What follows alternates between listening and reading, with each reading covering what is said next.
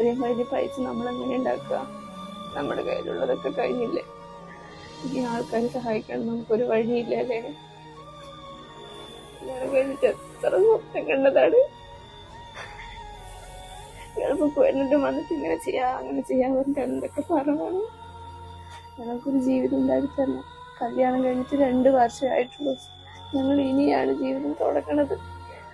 പക്ഷെ അപ്പോഴേക്കും ദൈവം ഞങ്ങൾക്കൊരു പരീക്ഷണം പോലെ ഈ അസുഖം കൊണ്ട് തന്നു.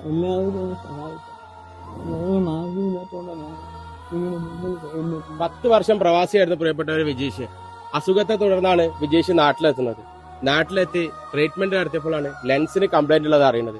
ഒരു നിവർത്തിയില്ലാത്ത കുടുംബമാണ്. മൂത്ത മകൻ മരണപ്പെട്ട് 6 മാസമായിട്ടുള്ളൂ പ്രിയപ്പെട്ടവർ. അതിന്റെ സങ്കടത്തിൽ നിന്ന് കരകയറുന്നതേ ഉള്ളൂ. അപ്പോഴേക്കും ഇളയ മോനെ ഈ അസുഖം ഒരു നിവർത്തിയില്ലാത്തോണ്ടാട്ടോ. നല്ല അസുഖമാണ്. മൂത്ത മകനാണ്, പോയി 6 മാസമായി. അവനെല്ലാ മനസ്സുള്ള ആൾക്കാരും സഹായം ചെയ്ത MLA സുമോദാണ്.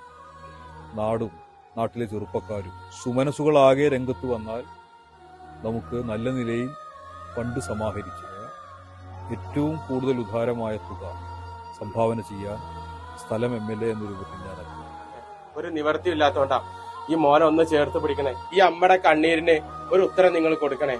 നിങ്ങളെ കൊണ്ട് പറ്റുന്ന സഹായം, നമുക്ക് ചെറിയ സഹായം അല്ലട്ടോ വേണ്ടത്. 50-60 ലക്ഷം രൂപ ആവും ഈ മോന്റെ ലെൻസ് ഒന്ന് മാറ്റി വെച്ചു. വളരെ എമർജൻസി ആയതുകൊണ്ട് തന്നെ കുറെ ഗൂഗിൾ പേ നമ്പറുകളോ അല്ലെങ്കിൽ കൂടുതൽ അക്കൗണ്ടുകളോ ഒന്നുമില്ല. ഒരു QR കോഡാണ്. തൃപ്പാളൂർ ഉള്ള കേരള ഗ്രാമീണ ബാങ്കിന്റെ അക്കൗണ്ടാണ് ഇതിന്റെ കൊടുക്കുന്നത്. QR കോഡ് ഉണ്ട്. ഇങ്ങനെ പോലെയാണ് അവൻ ഈ അവസ്ഥ വന്നതിൽ വളരെ സങ്കടമുണ്ട്. എല്ലാവരും സഹായം. ചെറുപ്പക്കാരന് വേണ്ടി ഒരിക്കലും കണ്ടെത്താൻ കഴിയാത്ത ഒരു ഗ്രാമപ്രദേശത്താണ് ഞങ്ങൾ വന്നു നിൽക്കുന്നത്.